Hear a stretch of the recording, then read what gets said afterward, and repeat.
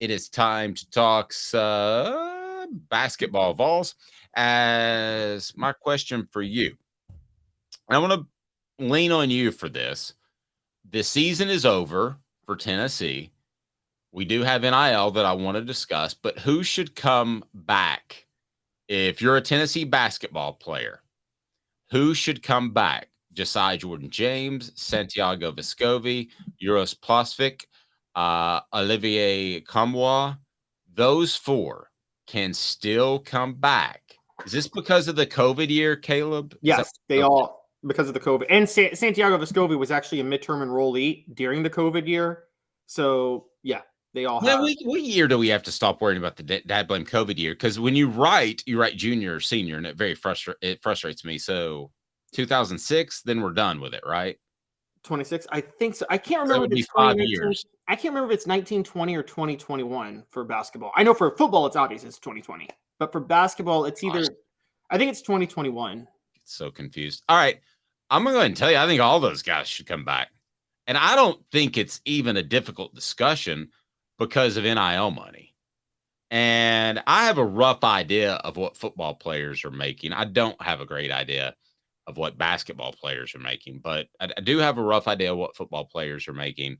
And if you're anywhere close to that, you're better off coming back than hoping that you land in the first round, specifically the first half of the first round. So the NBA with the first round, if you're drafted in the first round, you get a guaranteed contract. Second round, doesn't matter if you're the first pick of the second round, no guaranteed contract. You may not ever make it in the NBA. You may be playing in Europe by December. So I think that all of these guys should come back because more and more NIL money is being poured into this. I can tell you in the last 2 weeks, 2 people approached me about interest in utilizing NIL dollars, either being the facilitator or spending the money. So I think more money is going to be out there, not only for football players, but you kind of go down the line in the pecking order, basketball, and then the lady Vols, no offense, and the baseball Vols, the diamond Vols would be on that third tier from who I've talked to. Caleb, I'm coming back, man. I think this NIL is going to get bigger and bigger. I think it's going to bring about a renaissance in college basketball. The regular season is going to matter because these cats can come back. And if you're going to be late first round, like Kennedy Chandler, or he was mid first round, you should come back. I agree, particularly with basketball, because football, there is a more seamless transition, like at least in the SEC. Usually great players in the SEC become at least NFL players, regular NFL players. Basketball, there's a huge gap between who's great in college basketball and who's great in the NBA. There are so many historically great college basketball players that never sniffed the NBA, that were never going to sniff the NBA. And I mean, some that maybe should have, but I mean, Chris Lofton is a legend in Tennessee, was never good enough to play in the NBA. I know some people think he could have because of his sharpshooting. The problem with him was people brought up Steph Curry. Chris Lofton's nowhere nearly as quick as Steph Curry was and does not have Steph Curry's handles. Never did. And so, and he was shorter than Steph too. So Chris wasn't, I love the guy, but he wasn't going to make it in the NBA with that size. He's probably one of dozens of players that got that comparison in his mind through the people around him and said, oh, I'll go to the NBA. Well, no, he didn't leave early though. Well, no, he didn't leave early, but I'll have great success in the NBA. Like Kennedy Chandler, I do think got that in his head. Probably. Another Steph Curry. Kennedy is at least athletic, though, and has handles. A couple of things that fit better in the NBA. Chris Lofton, again, was mostly just a spot-up shooter. Now, remember, I remember Bruce Pearl working with him his sophomore to junior year saying, you've got to get better at putting the ball on the floor and driving to the basket. And he did. Don't get me wrong, but once teams kind of learned to play off him a little bit, he had a little bit. Yes, there was a cancer issue, but he had a little bit of trouble his senior year from that perspective, where teams realized that he was a bit of a threat driving to the basket. And he was only a threat when you didn't take it seriously, if that makes sense. And so I think that you're right. NIL is going to make things a lot more. It's going to make it worth a lot more money to stay. Here's the other part too. Development matters. I still actually, amidst the one and dones with the NBA, if you guys ever notice, the 3 and 4 year guys that get drafted late are the ones that almost always last. Like the one and dones that get drafted late in the first round or the second round don't last like the 3 and 4 year guys. Look at Grant Williams. Developed for 3 years in college and he's there. So let's break these down just real quick because Tyreke Key's out of eligibility. He's the only Tennessee player that can't come back. And quite honestly, he struggled too much throughout the year. No disrespect, Tyreke, but I don't think he's going to be missed that much. Do you? I don't think Tyreek's mom thinks he's ready for the NBA. But he has no choice. He has no eligibility. Yeah. So, I mean, but yeah, if he had a choice, he should come back. All right. So, choice. Olivier Nkamhoua, he needs to be a little more, he needs to be a little better defending the stretch forward, a little more efficient, from that 15 feet out. I think we both agree with that before he has a chance in the NBA. Josiah-Jordan James needs to be more consistent shooting the ball from outside and needs a healthy year. He needs a full year to be healthy because I think he's got a ton of potential. Uros Plavsic, I mean, I talk about a 7-footer that hasn't developed. I mean, the guy still brings the ball down every time he gets a rebound. And I mean, there's no way you can make it in the NBA if you're doing that. And that's a huge problem. And then Santiago Vescovi, I would say, is probably the best cutout for the NBA right now, but I agree there's probably more money to be made coming back for another year and just making NIL money. And then the last one would be Julian Phillips, the 5-star freshman. Maybe he's a 5-star. I thought he had Kevin Durant potential.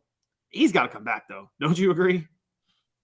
Yes, I agree with all of those that you just mentioned. And I do. I mean, in all fairness, Grant surprised me. Grant Williams. I did not think that he was going to be a long-term NBA player. So I'm not perfect when it comes to the NBA. I'll be the first to say that.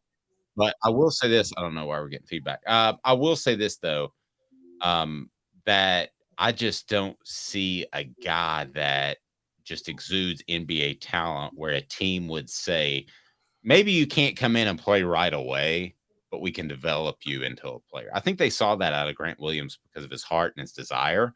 And he found a role and he fought hard all the time. I don't see that guy that either has A, that mindset, or B, that physical ability. Now, maybe as far as physical ability, I would have Josiah-Jordan James. Maybe as far as upside ability, he's got to be healthy. He's got to be healthy, and that's going to surprise me. Do you think he's going to surprise me? Not if he goes out this year, because I think this is the other thing. Who's going to, the NBA, it's such a luck game with drafting. Who's going to waste a draft pick on a guy that gets hot once every 5 games and hasn't been healthy one full season in college? I mean, that's just, you're not going to spend a draft pick on him. So he definitely needs to come back. I'm with you. Now on the other side, I guess if you want to think of the exciting side, imagine this team if everybody comes back next year. Like Rick Barnes, they're very good. And what do they have coming in? Coming in, they don't have any. They have, I think, one high-profile recruit. No, they have a couple guys. Okay, so they have Cameron Carr, JP Estrella, and Cade Phillips. That's right. So 2 4-stars and a 3-star. JP Estrella is a center. Cade Phillips, a power forward. Cameron Carr is another one of those. He's another one of those scoring guards, but I think he can play the 1. So he's kind of got a Santiago Vescovi style. So they do have some guys coming in, but none of those guys I think would start next year. I mean, particularly 4-stars, if you ever noticed, develop more on Rick Barnes' system. And you still got Jemai Meshack. You still got a lot of other different players that are going to come in that are on the roster. BJ Edwards is going to develop next year. There's going to be some guys hit the portal, which always happens in college basketball. So, but I don't think Rick Barnes' biggest weakness. He has one big weakness and he has a big strength. His biggest strength, and I think we all agree here, he develops talent. We all agree. There's not a coach in basketball that's going to develop you better than Rick Barnes if you stay with him for 3 or 4 years. Okay, let me ask you this. Florida Atlantic, what'd you think of them over the weekend? And should it lessen the heartache for the Vols? I don't, because, I mean, this is just how March Madness works. Florida Atlantic should have lost the first game to Memphis. So you can look at them in the Final Four, but you can also say they got away with a horrible call to win their first game against Memphis. A couple of people want to jump on board and say, hire Florida Atlantic's coach. Do you see anything out of them that's special other than they play hard? Look, I said last week I would trust Danny White to make a hire that's better than Rick Barnes only because it's Danny White. I wouldn't trust any other athletic director, but I wouldn't have been able to name coaches. And with Dusty May, who Danny White's brother found, I'm with you. I don't look look at his record before this year. I don't think he had 20 wins before this year. And so he had one 30-win season, and a lot of smaller level coaches get hired after one successful season. And what a lot of people don't get is a lot of these success stories with these smaller teams are dictated by they are the one team loaded with experience in the conference that year. And so it's not so much about the coaching. It's just they just happen to be the most experienced team in the conference that year. It's not like what Bruce Pearl was doing at Wisconsin Milwaukee, which I think he won the league he won the Horizon League 3 out of 4 years he was there, 20 wins every single year, 2 NCAA tournaments, a Sweet 16. That was, you could see, okay, year in, year out, he was winning there. If you're one of those coaches that half the reason you see these coaches get hired from smaller schools and then they fail at the next level is because they were hired after one successful season. And that one successful season was where they were just lucky enough to have way more experienced talent than the rest of the roster. And that by the way, that bodes in college football too.